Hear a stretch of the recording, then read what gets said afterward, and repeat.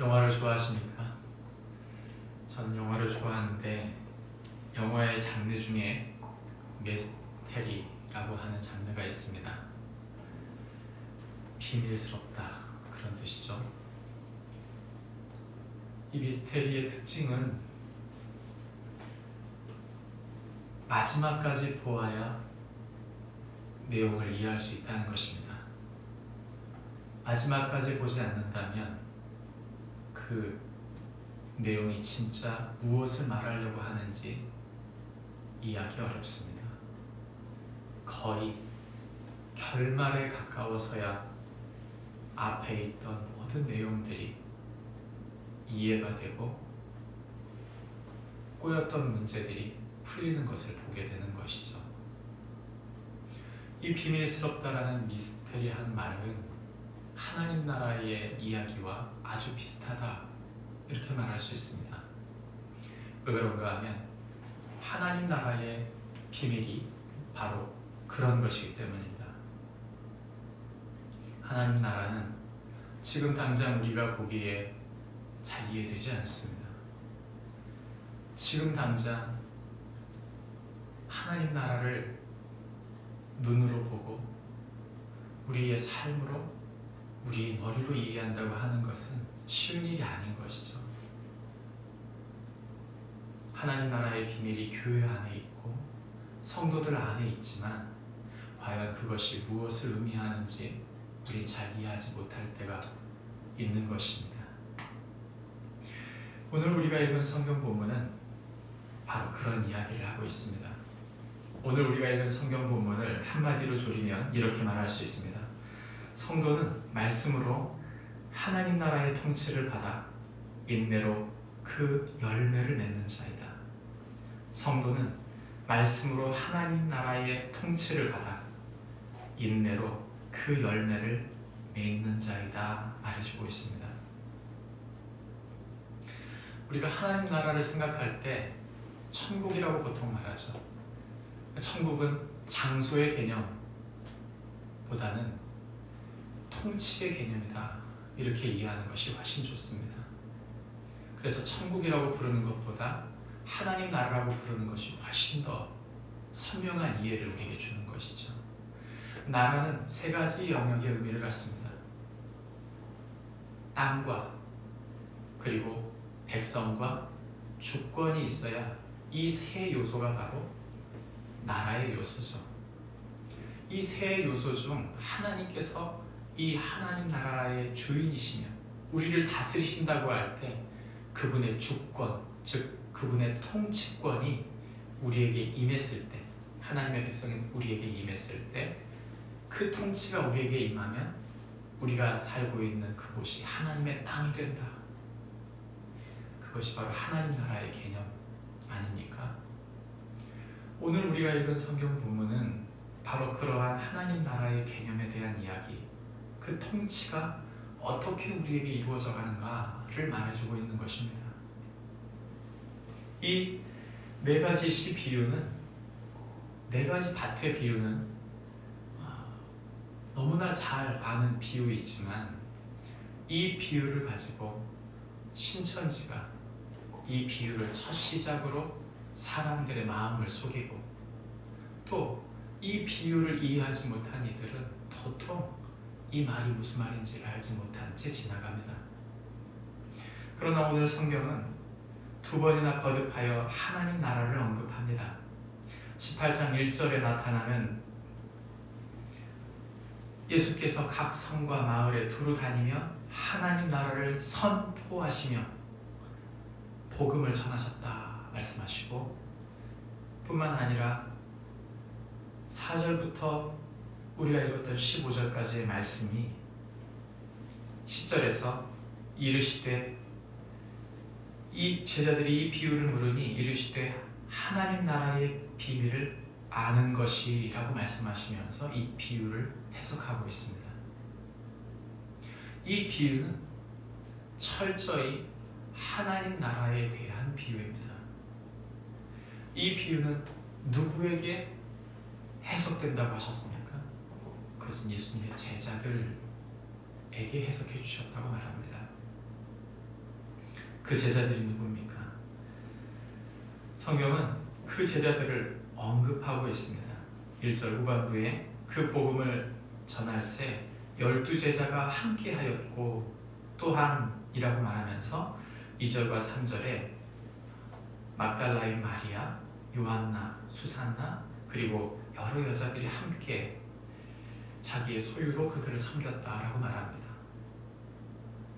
누가복음의 특징이기도 한 오늘 성경 본문은 유독 약자들, 소외된 자들, 이방인들, 여인들에 대한 이야기를 해주는 것이죠. 당시 이스라엘에서는 약자로 포함되어졌던 이들, 그리고 예수님의 12제자들 또한 세상에서는 유명한 이들이 아니지만 그러나 예수님께서는 그 소외되고 약했던 자들을 통해 당신의 제자 삼으심으로 당신의 사역을 이루었다고 말합니다.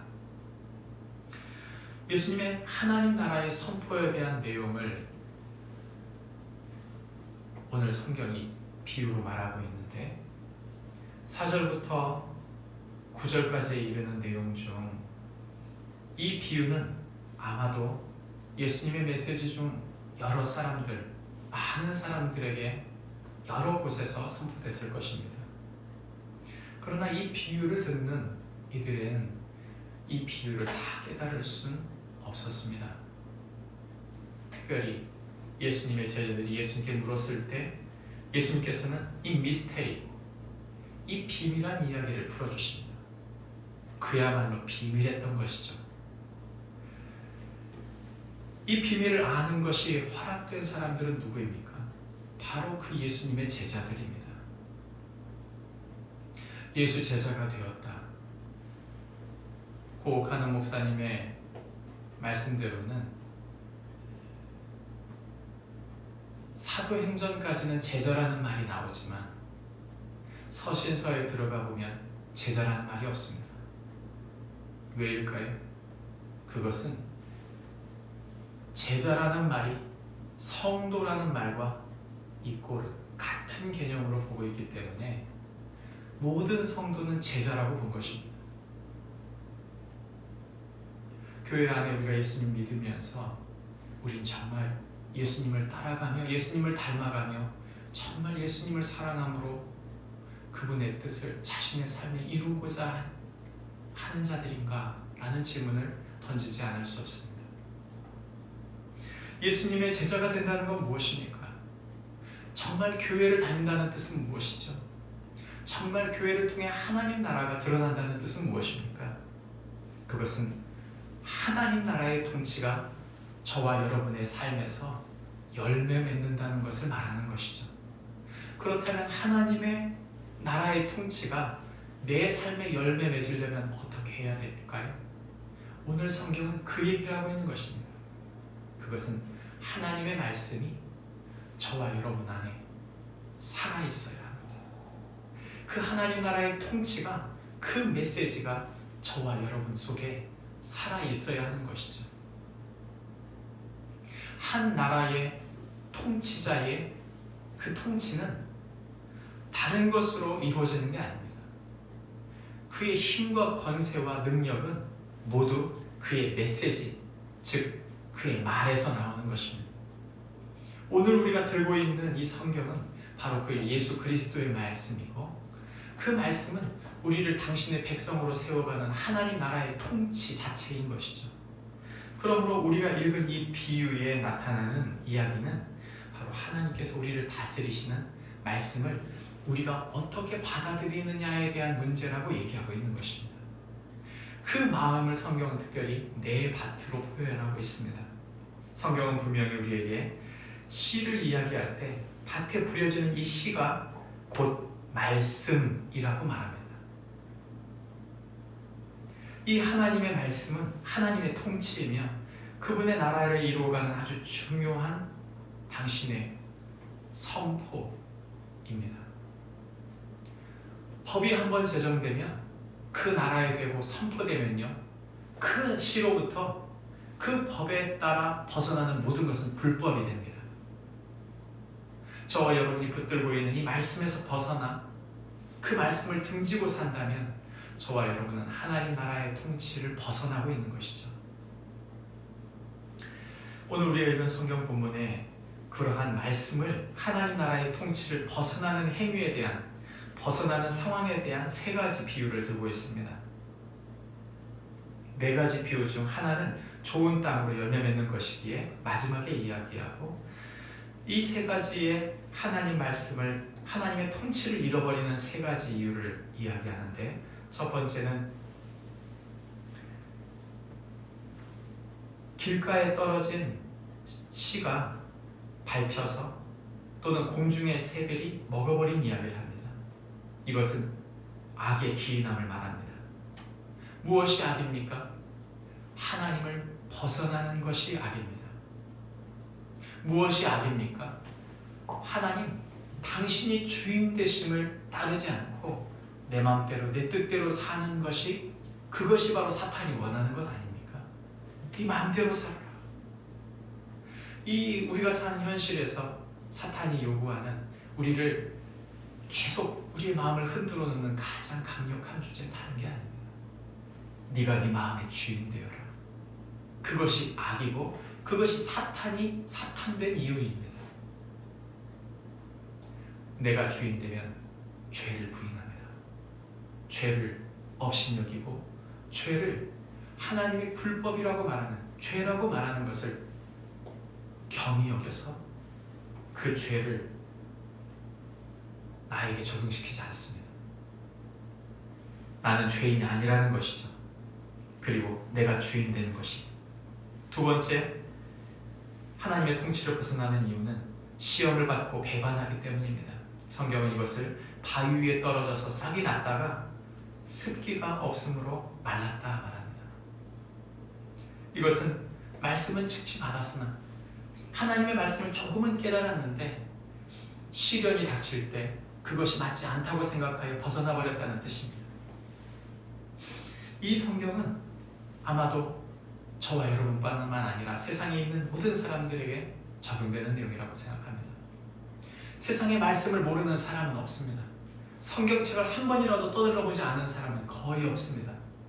그러나 그 말씀을 가만히 생각해 볼 때 그 말씀이 정말 좋은 말씀이라고 생각하면서도 그 말씀이 나에게 작용되지 않고 시련이 다가와서 그 마음에 그 믿음이 사라져버릴 때, 그것은 그 시련을 이겨내지 못함으로 결국 말씀을 잃어버린 것이죠.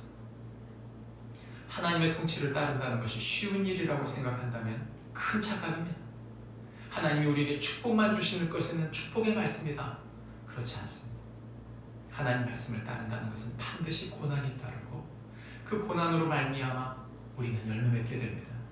이것은 마지막에 다시 한번 이야기할 것입니다. 마지막 세 번째는 염려와 재물과 안락 때문에 유혹을 받는다는 것입니다. 가시떨기에 떨어짐에 가시가 함께 자라서 기운을 막았다. 말씀의 기운이 있었는데, 말씀의 능력이 있었는데, 그것이, 그 말씀의 소망과 그 통치가 세상에 있는 가시, 세상에 있는 여러 시험들, 이 시험들 중 유혹, 특별히 염려하고 재물 때문에 붙잡고 싶고 안락하고 싶어하는 그 욕망이, 그 세상에 대한 끊임없는 욕망이 그 마음을 막아서 결국 그가 그 유혹 때문에 그 하나님 말씀의 통치를 잃어버렸다는 것입니다. 그렇다면 무엇이 좋은 땅, 100배나 열매 맺는 풍성한 열매를 걷는 비결일까요? 그것은 하나님의 말씀을 끝까지 꽉 붙잡는 인내가 있어야 한다고 말하는 것입니다. 마지막 절에 좋은 땅에 있다는 것은 착하고 좋은 마음으로 말씀을 듣고 지켜 인내로 결실을 하는 자니라. 여러분, 씨가 땅에 뿌려졌을 때 그 씨가 어떻게 자라게 됩니까? 반드시 그 씨는 썩어야 합니다. 썩는 기간이 지나가지 않고 그 땅에 동화되면서 이 씨가 발효되어 그 안에서 생명이 돋아나기까지는, 새싹이 돋아나고 이것이 가지가 되고 이것이 꽃이 피고 열매 맺을 때까지는 반드시 인내의 시간이 필요합니다. 하나님 나라는 그런 것입니다. 하나님 나라는 그런 인내를 필요로 하고 있는 것이죠. 저와 여러분은 하나님 나라를 언제 그 완성으로 볼 수 있을까요? 그것은 주님 오실 때 볼 수 있는 것입니다. 여러분 생각해 보십시오. 이 말씀을 들었던 예수님의 제자들은 완벽했습니까? 아닙니다. 그들도 흔들렸습니다. 그들도 예수님께서 이 말씀을 하시고 난 이후에 엉뚱한 얘기하고 결국 예수님이 고난받을 때 다 도망을 갔다가 넘어졌습니다. 그러나 하나님의 말씀의 영이신 성령이 그들을 붙잡았을 때 그들은 하나님의 말씀의 열매, 성령의 충만한 열매들을 맺게 됩니다. 그것은 그들 속에서 예수 그리스도의 말씀이 열매 맺기 시작한 것입니다. 미스테리, 우리의 미스테리, 이것은 영화와 같은 것입니다. 우리 지금 다 끝난 게 아닙니다. 코로나 전국으로 저와 여러분이 힘들고 어려운 과정을 보내지만 하나님 나라의 통치는 반드시 고난을 거치게 됩니다. 그 인내의 과정을 지나서 우리의 썩어짐을 통해 하나님 나라의 영광이 드러나게 되는 것이죠. 예수님은 우리를 온전히 함께 하시며 그 말씀이 열매를 이루시는 분이십니다. 시간이 지납니다. 예수님은 오셔서 우리에게 말씀을 가르치셨고 예수님의 제자들을 세우셨고 그 교회가 예수 그리스도의 구원을 담고 있습니다. 승천하신 예수님은 언젠가 오십니다. 아직 오시지 않았습니다. 2000년이 지났지만 예수님의 그 이야기는 끝나지 않았습니다. 우리 인생의 끝이 아닌 예수님 그분이 우리를 다시 만나시고 그분이 우리를 통치하시는 것을 믿고 믿음으로 살아가는 축복이 저와 여러분에게 있기를 바랍니다. 저와 여러분의 삶이 그 인내의 열매, 그 열매를 하나님 나라의 열매로 온전히 드러내는 축복이 있기를 바랍니다. 기도하겠습니다.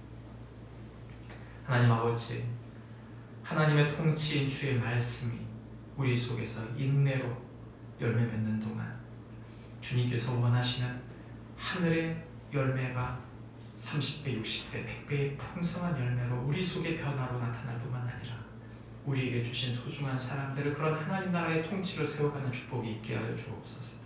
예수님 이름으로 기도합니다. 아멘. 하늘에 계신 우리 아버지의 이름이 거룩히 여김을 받으시오며 나라의 마옵시며 뜻이 하늘에서 이루어진 것 같이 땅